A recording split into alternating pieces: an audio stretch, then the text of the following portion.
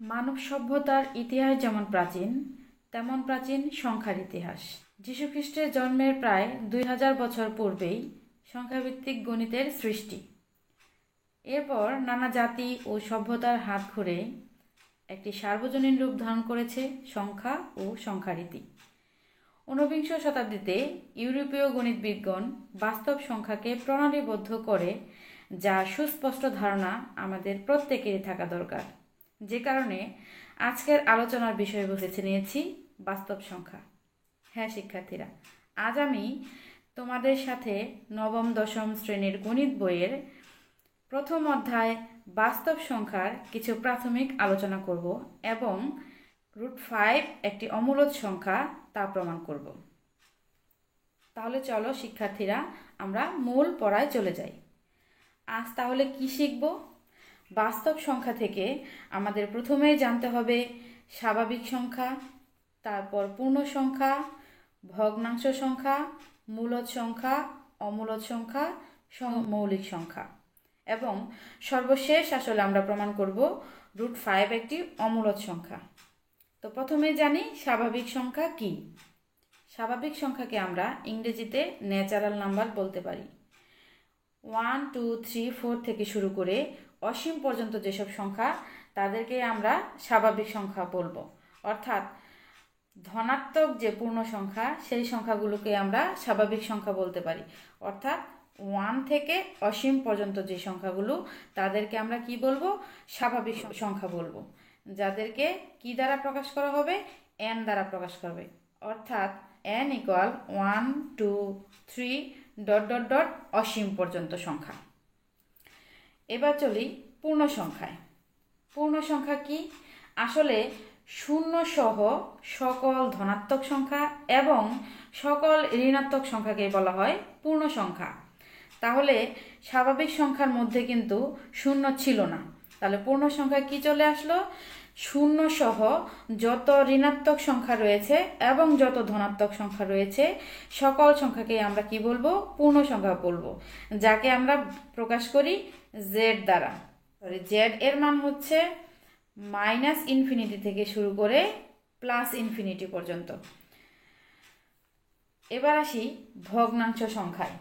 যেসব সংখ্যাকে p/q আকারে প্রকাশ করা যায়, তাদেরকে আসলে ভগ্নাংশ সংখ্যা বলে।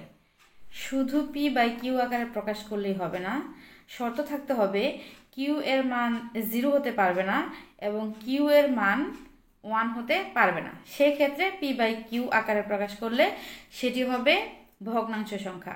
সেক্ষেত্রে 5কে যদি 4 দ্বারা ভাগ করা হয়, অর্থাৎ 5/4 যদি হয়, তাহলে সেটি হচ্ছে ভগ্নাংশ। অথবা 4কে যদি 5 দ্বারা ভাগ করা হয়, তাহলে সেটি হবে ভগ্নাংশ। অর্থাৎ p/q আকারে প্রকাশিত সংখ্যাই হচ্ছে ভগ্নাংশ। এবার আসি মূলদ সংখ্যায়। যেসব সংখ্যাকে এই p/q আকারে প্রকাশ করা যাবে, তাদেরকে বলা হবে মূলদ সংখ্যা, যেখানে p আর q হবে পূর্ণ সংখ্যা এবং q এর মান 0 হওয়া যাবে না, অর্থাৎ q ≠ 0। যেমন আমরা 3কে কিন্তু মূলদ সংখ্যা বলতে পারি, আবার পূর্ণ সংখ্যাও বলতে পারি, কারণ 3কে 3/1 এভাবে লেখা যায়। তার মানে একে আমরা p/q আকারে প্রকাশ করতে পারছি। তার মানে 3কে আমরা মূলদ সংখ্যা বলতে পারি। আবার 5.5কেও আমরা মূলদ সংখ্যা বলতে পারি, কেননা আমরা যখন এই দশমিক উঠিয়ে দিব, তখন 55 দশমিকের জন্য একটা 1 এবং দশমিকের পরে এক ঘরের জন্য একটা 0 নিয়ে একে যদি আমরা কাটাকাটি করি, অর্থাৎ ভাগ করি, তাহলে 5 দুগুণে 10, 5 11 55, অর্থাৎ 11/2। তাহলে p/q আকারে প্রকাশ করতে পারি। অর্থাৎ 5.5 তাহলে একটি কি? মূলদ সংখ্যা। এবার আসি অমূলদ সংখ্যায়। অমূলদ সংখ্যা কোনটি? যেসব সংখ্যাকে p/q আকারে প্রকাশ করা যাবে না, সেক্ষেত্রে সেই সংখ্যা হবে কি? অমূলদ সংখ্যা। আর সিম্পলি যদি আমরা ভাবি যে যেসব সংখ্যার আসলে বর্গমূল হয় না, সেসব সংখ্যায় কি হবে? অমূলদ সংখ্যা। যেমন √2, এই √2কে বর্গমূল করা যায় না, তাহলে এই সংখ্যা হচ্ছে অমূলদ সংখ্যা। অর্থাৎ পূর্ণবর্গ নয় এমন যে কোনো স্বাভাবিক সংখ্যার বর্গমূলই হচ্ছে একটি অমূলদ সংখ্যা। বর্গমূল কিংবা তার ভগ্নাংশ হবে একটি অমূলদ সংখ্যা। যেমন √3 এর বর্গমূল নেই, তার মানে √3 হবে একটি অমূলদ সংখ্যা। এবার আসি সহমৌলিক সংখ্যা। সহমৌলিক সংখ্যাটি কি আসলে? যদি আমরা ভাবি 3/2, তার মানে এই সংখ্যাটি সহমৌলিক কিনা আমরা দেখি। 3 সংখ্যাটি মৌলিক সংখ্যা, 2ও মৌলিক সংখ্যা, কারণ আমরা সংজ্ঞায় জানি যে সংখ্যাটি এবং 1, ওই সংখ্যা এবং 1 ছাড়া আর কোনো উৎপাদক নেই, তাকে বলা হয় মৌলিক সংখ্যা। তাহলে আমরা যদি 3 এর উৎপাদক নেই তাহলে 3 × 1 আর হবে 2 × 1।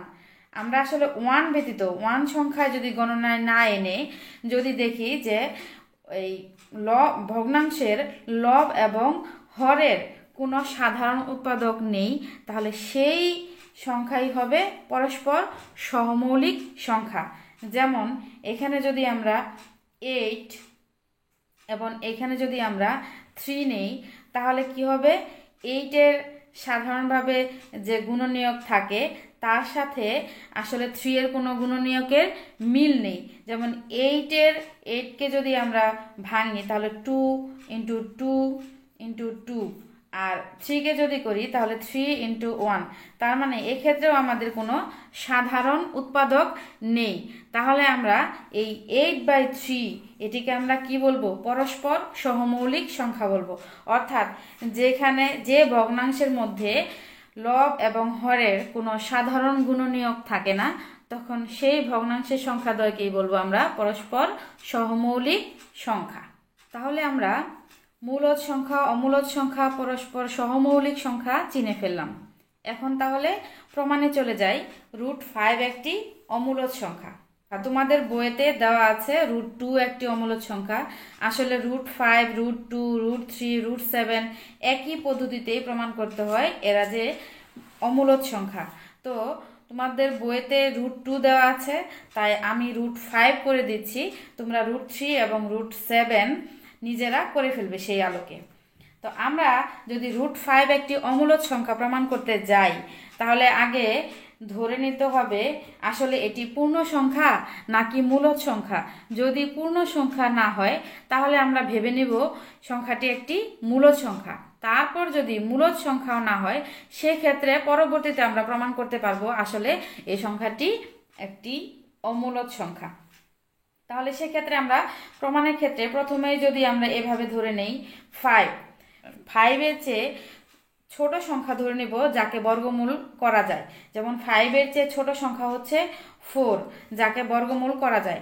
আবার 5 এর চেয়ে বড় একটি সংখ্যা নিব যাকে বর্গমূল করা যায়। তাহলে 5 এর চেয়ে বড় সংখ্যা হচ্ছে 9, যাকে বর্গমূল করা যায়। এখন আমরা কি করব? এই 4 এর চেয়ে 5 বড়, 5 এর চেয়ে 9 বড়। তারপর এই 4কেও বর্গমূল করলাম, 9কেও বর্গমূল করলাম। এখন এই 4কে যদি বর্গমূল করি তাহলে আসবে 2, 5কে আর বর্গমূল করা যাচ্ছে না, তার মানে এটি এইভাবে থাকবে। এবং 9কে যদি বর্গমূল করি তাহলে আসবে 3। তাহলে কি বুঝতে পারলাম এখানে আমরা? যে এই √5 সংখ্যাটি 2 এর চেয়ে বড়, 3 এর চেয়ে ছোট। তাহলে আমাদের স্বাভাবিক সংখ্যা যদি হয় 1, 2, 3, 4, 5, তাহলে আমরা কি দেখতে পাচ্ছি? দেখতে পাচ্ছি 2 এবং 3 এর মাঝখানে আসলে √5 সংখ্যাটি রয়েছে। তার মানে 2 সংখ্যাটি যদি পূর্ণ সংখ্যা হয়, 3 সংখ্যাটিও যদি পূর্ণ সংখ্যা হয়, তাহলে √5 অবশ্যই যদি এদের মাঝে থাকে, তার মানে √5 একটি পূর্ণ সংখ্যা নয়। তার মানে আমরা এখান থেকে বুঝতে পারলাম কি? এই √5 পূর্ণ সংখ্যা নয়। তো আমরা প্রথমেই বললাম যদি পূর্ণ সংখ্যা না হয় তাহলে আমাদের কি করতে হবে? ধরে নিতে হবে এই √5 সংখ্যাটি একটি মূলদ সংখ্যা। তাহলে সেক্ষেত্রে আমরা কি করব? ধরে নিব এই √5 সংখ্যাটি কি? একটি মূলদ সংখ্যা। মূলদ সংখ্যা। তাহলে মূলদ সংখ্যা যদি হয় তাহলে একে পি বাই কিউ আকারে প্রকাশ করা যায় নিশ্চয়ই। তাহলে আমাদের ধরে নিতে হবে √5 ইকুয়াল পি বাই কিউ, যেখানে আসলে পি ও কিউ পরস্পর কি সহমৌলিক স্বাভাবিক সংখ্যা, সহমৌলিক স্বাভাবিক সংখ্যা, স্বাভাবিক সংখ্যা এবং কিউ ইজ গ্রেটার দেন 1। এখন আমরা উভয় পক্ষে কি করতে পারি? স্কোয়ার করতে পারি, বর্গ করতে পারি। তাহলে কি দাঁড়ায়? √5 whole square equal p by q whole square. এখানে স্কোয়ার আর রুট কাটা যায়, তাহলে 5 equal p square by q. এখন আমরা উভয় পক্ষে p square by q square, এখন আমরা উভয় পক্ষে কিউ দ্বারা গুণ করে দিতে পারি। তাহলে এখানে 5q ইকুয়াল, এখানে যদি আমরা কিউ দ্বারা গুণ করে দেই তাহলে যদি এরকম হয়, দেখো p square by q square যদি হয়, গুণ যদি কিউ হয়, তাহলে এই কিউ দ্বারা এই কিউ স্কোয়ারকে ভাগ করলে হয় কিউ, অর্থাৎ আমার ডান দিকে থাকে পি স্কোয়ার বাই কিউ। এখন আমরা খেয়াল করি এখানে যে এই যে 5q সমান পি স্কোয়ার বাই কিউ আসলো, আসলে এই সমীকরণ কি ঠিক কিনা আমরা খেয়াল করি। 5q, কিউ এর মান এখানে আমরা স্বাভাবিক সংখ্যা যাই ধরি না কেন, এই সংখ্যাটি কি হয়ে যাবে? পূর্ণ সংখ্যা হয়ে যাবে।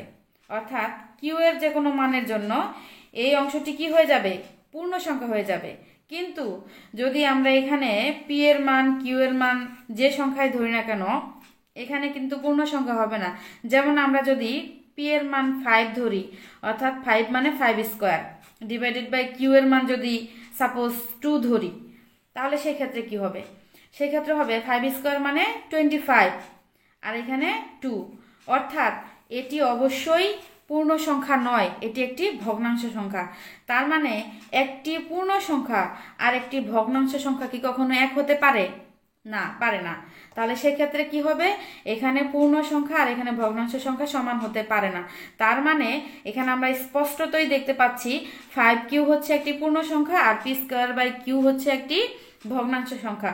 অর্থাৎ তাহলে এটি আর 5q এবং পি স্কোয়ার বাই কিউ পরস্পর সমান হতে পারে না। তাহলে আমরা কি লিখব? 5q is not equal p square by q. যেহেতু 5q এবং পি স্কোয়ার বাই কিউ সমান হতে পারে না, তাহলে এই অংশটুকু আমরা কোথা থেকে পেয়েছিলাম? √5 ইকুয়াল পি বাই কিউ, এই অংশ থেকে এসেছে। তার মানে যেহেতু আমার 5q not equal p square by q, তার মানে আমি বলতে পারি √5ও তাহলে কার সমান হতে পারে না? √5 পি বাই কিউ এর সমান হতে পারে না, সমান হতে পারে না। তার মানে √5 এর মান যদি পি বাই কিউ এর সমান হতে না পারে, তার মানে আমরা এভাবে বলতে পারি √5 is not equal p by q, অর্থাৎ একে আমরা পি বাই কিউ আকারে প্রকাশ করতে পারবো না। তাহলে আমরা যে সমীকরণটি ধরেছিলাম সেই সমীকরণটি আসলে সত্য নয়। তাহলে আমরা প্রথমে কি প্রমাণ করলাম? যে √5 পূর্ণ সংখ্যা নয়। আমি বলেছি যখন পূর্ণ সংখ্যা হবে না তখন আমাদের ধরে নিতে হবে এটি মূলদ সংখ্যা। তাহলে আমরা ধরে নিলাম মূলদ সংখ্যা, ধরে নিয়ে আমি সর্বশেষ এলাম যেখানে আসলে এটি মূলদ সংখ্যা ধরা যাচ্ছে না, অর্থাৎ √5 is not equal p by q. যেহেতু একে আমরা মূলদ সংখ্যাও বলতে পারছি না, তার মানে আলটিমেটলি আমাদের বলতে হবে কি √5 অমূলদ সংখ্যা। অর্থাৎ যখন আমার √5 পূর্ণ সংখ্যাও হবে না, মূলদ সংখ্যাও হবে না, তার মানে সর্বশেষ আমাকে মেনে নিতেই হবে যে √5 একটি অমূলদ সংখ্যা, অমূলদ সংখ্যা। তো শিক্ষার্থীরা, তোমরা নিশ্চয়ই বুঝতে পেরেছ। ঠিক একইভাবে √2, তারপর √3, √7, √11 এই সংখ্যাগুলো একটি অমূলদ সংখ্যা আমরা একইভাবে প্রমাণ করতে পারবো। তোমরা বাসায় অবশ্যই প্র্যাকটিস করবে। তো আজ এ পর্যন্তই। তোমরা পরবর্তী ক্লাসের অপেক্ষায় থেকো। সে পর্যন্ত সবাই ভালো থেকো, সুস্থ থেকো, এই প্রত্যাশা রেখেই শেষ করছি। আল্লাহ হাফেজ।